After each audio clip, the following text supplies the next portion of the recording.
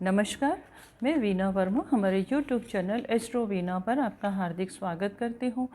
धन्यवाद भी देती हूँ आप मेरे साथ जुड़े हुए हैं और मैं आपके साथ ज्योतिष, वास्तु, न्यूमरोलॉजी से संबंधित जानकारी शेयर करती हूँ।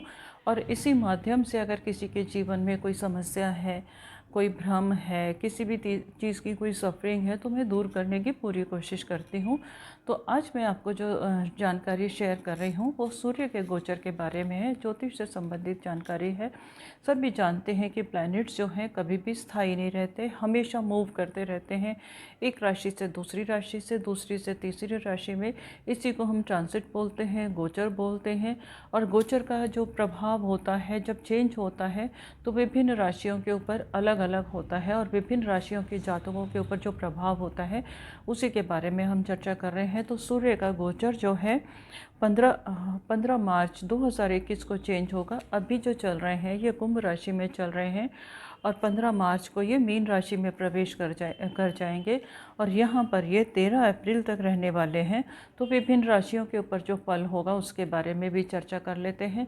साथ ही साथ अगर किसी तरह की कोई टेंशन है या कोई भी इफ़ेक्ट थोड़े से नॉर्मल से डिफरेंट जा रहे हैं या कोई परेशानी आ रही है तो उसका समाधान देखने की भी हम पूरी कोशिश करेंगे। तो हम शुरू करते हैं मेष राशि से। मेष राशि में ये जो गोचर जो ट्रांजिट चेंज होगा ये इनके मीन राशि, इनके द्वादश भाव की राशि है, इनके द्वादश भाव में प्रवेश करेंगे। अब द्वादश भाव में मित्र की राशि में आएंगे तो क्या है कि परंतु उसका जो भाव है पंचमेश होने के बाद इनके द्वादश भाव में आएगा तो ज़रूरी नहीं है कि रिज़ल्ट्स जो हैं बहुत ज़्यादा अनुकूल हों, थोड़े से ऊपर नीचे भी होते हैं।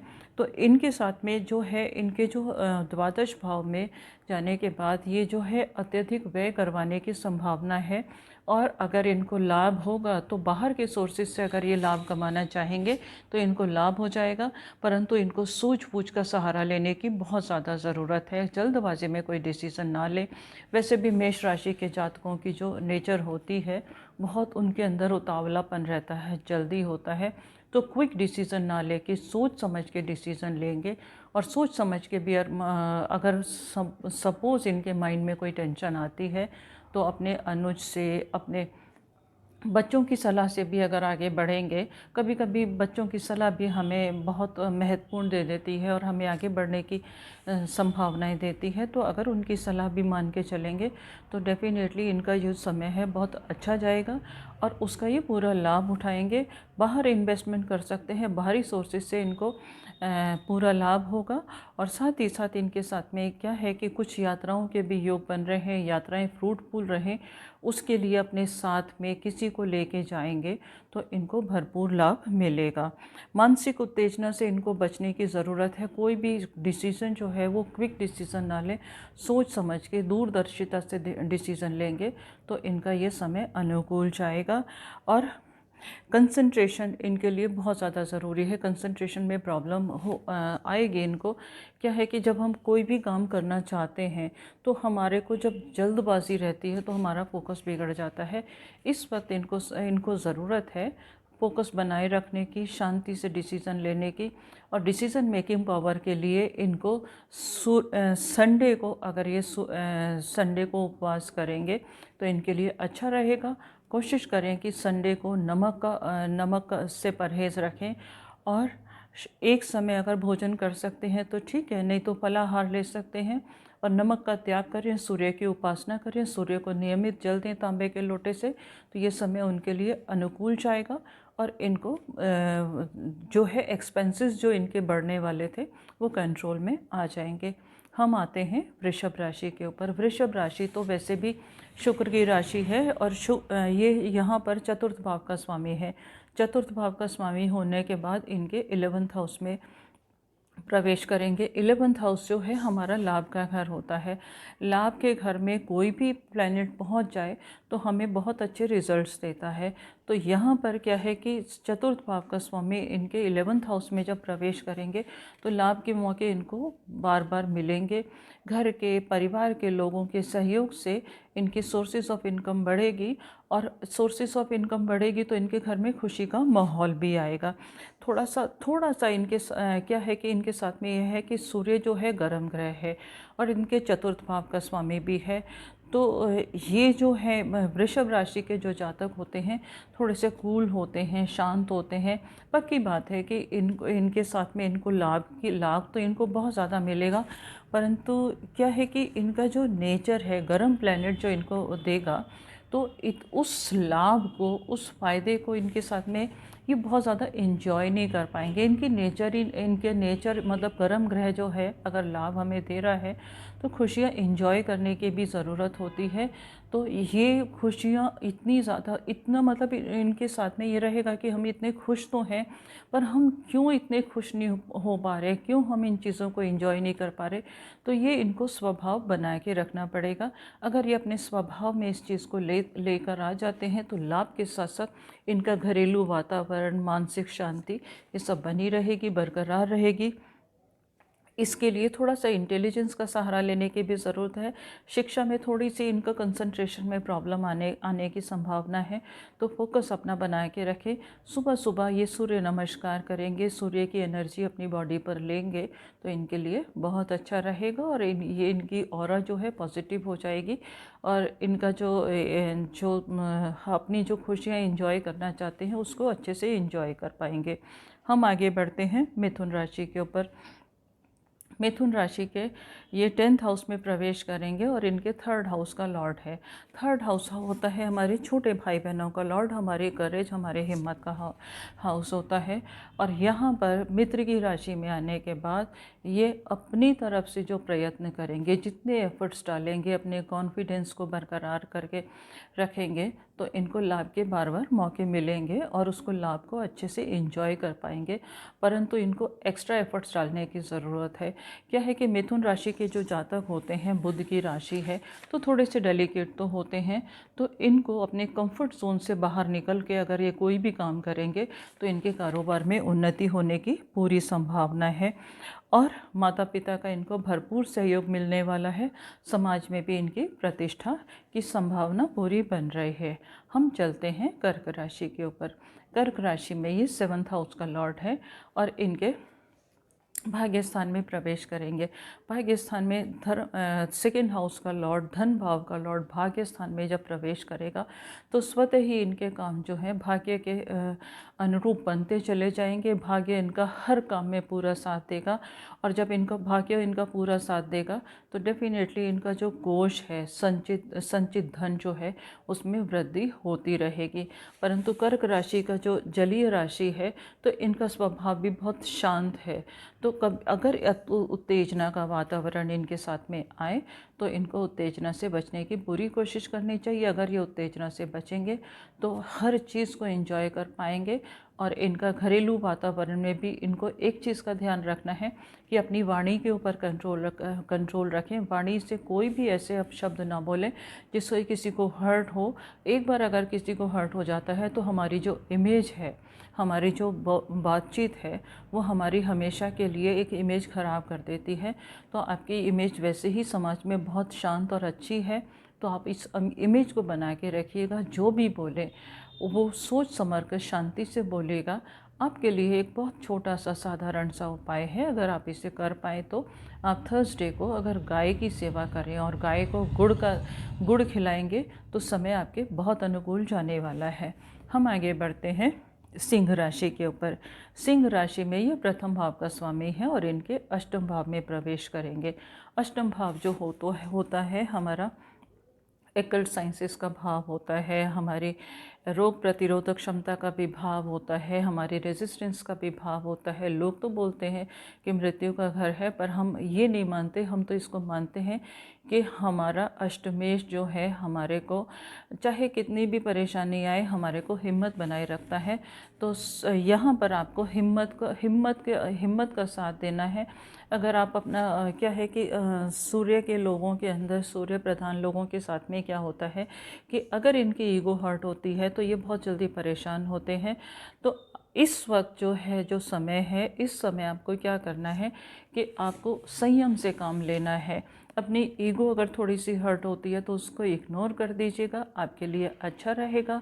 थोड़े से कोशिश ज़्यादा करनी पड़ेगी। कभी ऐसा होता है कि हमारे लिए बहुत सारे लोग काम करने वाले आ जाते हैं और कभी ऐसा होता है कि हमें सहयोग की जैसे ज़रूरत है और हमारे को कोई सहयोग नहीं दे रहा, तो उस अवस्था में इस वक्त आपके साथ में क्या है कि आपको अपना आलस्य का त्याग करना है और लोगों के ऊपर डिपेंड रहना बंद करना है। अगर आप डिपेंड रहना बंद करेंगे तो समय जो है आपके काफ़ी अनुकूल जाएगा और आपको सफलता मिलेगी।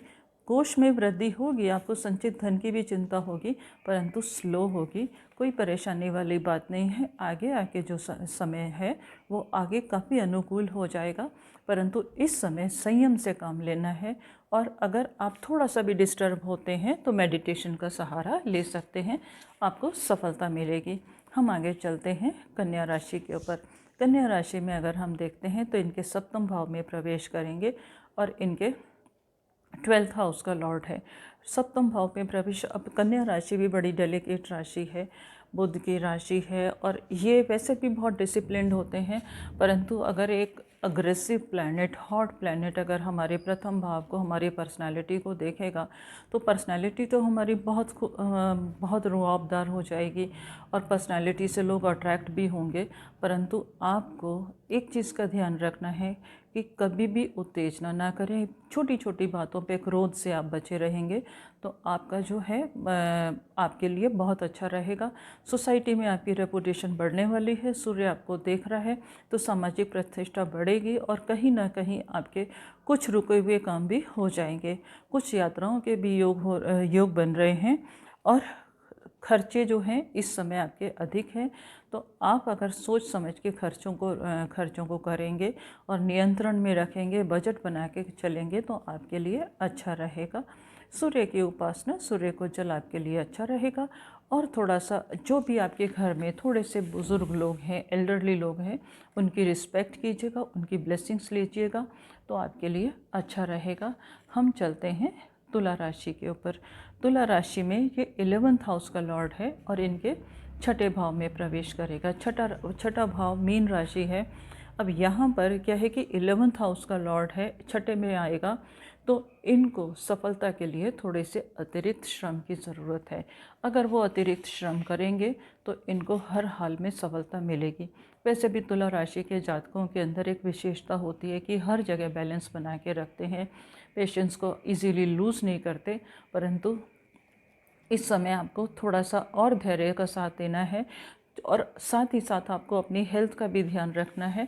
हेल्थ आपकी इम्प्रूव रहेगी, एक्सरसाइज वगैरह करते रहिएगा तो अगर आपकी हेल्थ अच्छी रहेगी तो आपको सफलता मिलेगी, क्योंकि छठे हाउस में जाने के बाद जो प्लैनेट है वो कहीं ना कहीं हमें हिम्मत देता है, मुश्किलों से लड़ने का सामना करने की हिम्मत आती है। और अगर हम इस समय में निकल जाएंगे और थोड़ा सा हमारे विल पावर स्ट्रांग होगी तो डेफिनेटली हमारे कारोबार में, कार्यों में उन्नति होगी और हमें पूरे लाभ मिलेंगे। हम आगे बढ़ते हैं वृश्चिक राशि के ऊपर। वृश्चिक राशि में अगर हम देखते हैं तो इनके 10th हाउस का लॉर्ड है, 5th हाउस में प्रवेश करेंगे। 5th हाउस जो है वृश्चिक राशि के लिए तो सूर्य वैसे भी एक मित्र का काम करता है और कारोबार का हाउस अगर इनके पंचम में आएगा तो शिक्षा के द्वारा, अपने ज्ञान के द्वारा और अपनी नॉलेज के द्वारा ये जहाँ भी प्रयास करेंगे कारोबार के लिए, इनकी कारोबार में उन्नति होने की पूरी संभावना है। बस प्रयासरत इनको रहना पड़ेगा, एफर्ट्स ये करते रहें और सूझबूझ का सहारा लेना बहुत ज़रूरी है। मंगल के लोग वैसे तो एग्रेसिव होते हैं, परंतु वृश्चिक राशि के जो जातक हैं वो मेष के अकॉर्डिंग थोड़े से इनके अंदर पेशेंस होती है, तो सूझबूझ दूरदर्शिता से आगे बढ़ेंगे तो आपके कारोबार में उन्नति होने की संभावना है। अगर किसी की प्रमोशन रुकी हुई है तो इस समय आपको प्रमोशन का अवसर मिल जाएगा और आपकी प्रमोशन होने की पूरी गुंजाइश है। आपको क्या करना है, एक तो अपने जो फादर हैं उनकी रिस्पेक्ट कीजिएगा और उनकी ब्लेसिंग्स लीजिएगा और अगर हो सके तो उनको कुछ ना कुछ गिफ्ट दीजिएगा और उनको थोड़ा थोड़ा सा मतलब उनकी सेवा कीजिएगा जिससे कि वो खुश हो जाए, तो आपके लिए समय जो है बहुत अनुकूल जाएगा। आप संडे को विष्णु भगवान के मंदिर में भी जा सकते हैं, वहाँ पर अगर आप दीपक जलाएंगे तो आपके लिए बहुत अच्छा रहेगा। हम आगे चलते हैं धनु राशि के ऊपर। धनु राशि में ये भाग्य स्थान का स्वामी है और यहाँ पर ये चतुर्थ भाव में प्रवेश करेंगे। चतुर्थ भाव जो है हमारे सुख सुविधाओं का भाव है और धनु राशि के लिए गुरु की राशि है, तो यहाँ पर ये मित्र का रोल प्ले करता है। एक मित्र राशि हो जाती है तो इनके भाग्योन्नति के पूरे अवसर मिलने वाले हैं। इनको माता का इनको भरपूर सहयोग मिलेगा। घरेलू वातावरण है जो वो सुख में जाएगा। परंतु दोनों ही गर्म प्लैनेट हैं, दोनों गर्म प्लैनेट हैं, तो आपको थोड़ी सी समाज में प्रतिष्ठा तो होगी, परंतु ईगो को भी साइड में रखना है। कभी कभी ऐसा होता है कि हम परिस्थितिवश हमारी ईगो जब हर्ट होती है तो हम परेशान हो जाते हैं। परेशान होने की ज़रूरत नहीं है। सूझबूझ से, काम तरीके से, शांति से आगे बढ़ेंगे तो आपके पूरे काम जो हैं बनने वाले हैं। सामाजिक प्रतिष्ठा बढ़ेगी, घरेलू वातावरण सुखमय है। साथ ही साथ हो सकता है कि इस वक्त आप कुछ लग्जरीज आइटम में पैसा इन्वेस्ट कर दें। ये समय आपके लिए पूर्ण अनुकूल है। और अगर आपको इस तरह से सफलता मिलती है तो धर्म स्थान पर जाके एक यात्रा कीजिएगा। वहाँ पर आप अपनी धर्म स्थान पर रिलीजियस यात्राओं से आपको भरपूर लाभ मिलेगा। हम आगे बढ़ते हैं मकर राशि के ऊपर। मकर राशि शनि की राशि है और यहाँ पर ये अष्टम भाव का स्वामी है। अष्टम भाव का स्वामी जो है इनके थर्ड हाउस में प्रवेश करेगा। थर्ड हाउस में क्या है कि आपको सबसे पहले तो अपने जो अनुज हैं, छोटे भाई बहन हैं, उनसे संबंध मधुर बना के रखने हैं। कोशिश कीजिएगा कि आपकी कोई भी ऐसी बात ना हो, आप कोई भी ऐसा आपका व्यवहार ना हो कि उनका जो दिल है वो हर्ट हो। अगर वो अगर हर्ट होंगे तो आप खुद भी परेशान हो जाएंगे। तो अपने छोटे भाई बहनों से संबंध मधुर बना के रखेंगे तो आपके लिए अच्छा रहेगा। साथ ही साथ अगर आपका स्वास्थ्य में कोई परेशानी चल रही है तो अपनी रेजिस्टेंस से, अपनी दिनचर्या से उस पर काबू पा लेंगे तो आपके लिए अच्छा है। स्वास्थ्य का ध्यान रखना बहुत ज़रूरी है। उसके लिए आप योगा और मेडिटेशन का सहारा लेंगे तो बहुत अच्छा है। थोड़ा सा शांति का वातावरण भी बना के रखना आपके लिए बहुत ज़रूरी है। सुबह सुबह अपने दिन की शुरुआत अगर आप करेंगे तो सुबह सुबह आप एक जल लीजिएगा। जल से पहले थोड़ा सा हनी लीजिएगा। हनी लेने के बाद आप जल का सेवन करेंगे तो आपका पूरा दिन जो है अनुकूल जाएगा और आपको स्वास्थ्य लाभ भी होगा। अगर किसी तरह की कोई परेशानी चल रही है, बस हिम्मत मत हारिएगा तो आपका समय जो है काफ़ी अनुकूल जाएगा। हम आगे बढ़ते हैं कुंभ राशि के ऊपर। कुंभ राशि में सप्तम भाव का स्वामी होकर इनके धन भाव में प्रवेश करेंगे। अब धन भाव क्या है कि सप्तम भाव हमारे कारोबार का भाव भी होता है, साथ ही साथ हमारे जीवन साथी का भी भाव होता है, मित्रों का भी भाव होता है। तो मित्रों के सहयोग से, जीवन साथी के सहयोग से, किसी ना किसी सोर्सेज से आपके काम में उन्नति होगी और आपकी कोष वृद्धि होने के पूरे चांसेस हैं। आप अपनी लग्जरीज को पूरा अच्छे से एंजॉय कर सकते हैं। कुछ लोगों का ऐसा हो सकता है कि जो सिचुएशन चल रही थी, अगर आपका कहीं धन अटका हुआ है तो इस समय अगर आप प्रयत्न करेंगे तो आपका जो रुका हुआ धन है वो आपको मिल जाएगा और आप जो आपका बैंक बैलेंस है वो इंक्रीज़ होने की पूरी उम्मीद नज़र आ रही है। बस शांति से आपको काम लेना है और थोड़ा सा हिम्मत से भी काम लेना है। जल्दी से परेशान होने की ज़रूरत नहीं है। कॉन्फिडेंस से आप आगे बढ़ेंगे और तो आपके हर काम बनते चले जाएंगे। साथ ही साथ अगर आपके मित्रों की कोई गाइडेंस मिल जाती है, उनकी सलाह मान के और सोच समझ के आप बढ़ेंगे तो आपका जो जीवन है वो सुख में रहेगा। एक चीज़ का आपको ध्यान रखने की बहुत ज़्यादा ज़रूरत है, वाणी के ऊपर नियंत्रण रखने की। क्या है कि जब ये सेकंड हाउस में आ जाएगा तो कभी कभी, वैसे तो आप कभी भी किसी को अपशब्द नहीं बोलते, आप बहुत इंटेलिजेंट हैं, कोई भी ऐसा नहीं ही कोशिश होती आपकी कि किसी की कोई बात हर्ट हो। पर सेकंड हाउस में जब सूर्य अग्रेसिव प्लैनेट आ जाता है तो हो सकता है कि आवेश में आके कोई भी ऐसी बात आपके मुंह से निकलने वाली हो तो आप उसको अवॉइड कीजिएगा। पहले सोच लीजिएगा। अगर अपने शब्दों को तोल के बोलेंगे तो आपके मित्र मंडली में भी हमेशा आपकी प्रशंसा रहेगी और आपको मित्रों का भी सहयोग मिलेगा।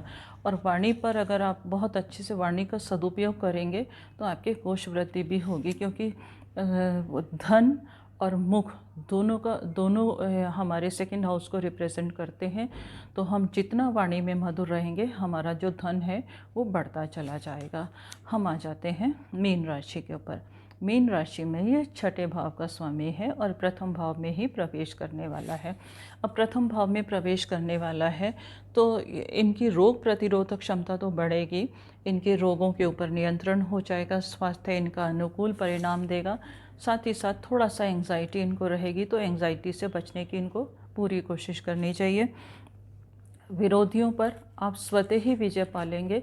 अगर आपके विरोधी आपके खिलाफ कोई षड्यंत्र कर रहे हैं तो वो उनके जो प्रयास है वो निष्फल हो जाएंगे, आप तक कोई परेशानी पहुंच ही नहीं पाएगी। बस आप थोड़ा सा शांत रहिएगा, थोड़ा सा मेडिटेशन का सहारा लीजिएगा, आत्मविश्वास बनाए रखेंगे तो ये समय आपका बहुत अनुकूल जाने वाला है। आपको भी क्या करना है कि आप अगर संडे के दिन अपने सर की मसाज करेंगे, सर की मसाज आप ऑलिव ऑयल से कर सकते हैं, नारियल के तेल से कर सकते हैं। और संडे को आप सूर्य भगवान की पूजा कीजिएगा, आराधना कीजिएगा। संडे को आप सूर्य को जल चढ़ाइएगा, रोज़ भी चढ़ाएंगे तो आपके लिए अच्छा है, परंतु संडे को चढ़ाना ना भूलिएगा। और संडे को आप सूर्य का कोई भी मंत्र पढ़ते हुए सुबह तांबे के लोटे से जल चढ़ाएंगे तो ये समय आपका अनुकूल जाएगा, आपका स्वास्थ्य जो है अनुकूल रहेगा और आपको सुखद परिणाम मिलेंगे। आपकी पर्सनैलिटी बहुत निखरेगी, साथ ही साथ आपकी समाज में प्रतिष्ठा होगी। उम्मीद है इस जानकारी से आपको लाभ होगा। जाते जाते मैं आपसे यही गुजारिश करूंगी कि अगर अभी तक आपने मेरा चैनल सब्सक्राइब नहीं किया तो इसे सब्सक्राइब करना ना भूलें, लोगों के साथ शेयर भी कीजिएगा जिससे कि उनको भी लाभ हो। और मन में कोई सवाल है तो आप मुझे लिख भेजिएगा, मैं उसको पूरा करने की, आपकी समस्याओं का समाधान करने की पूरी कोशिश करूंगी।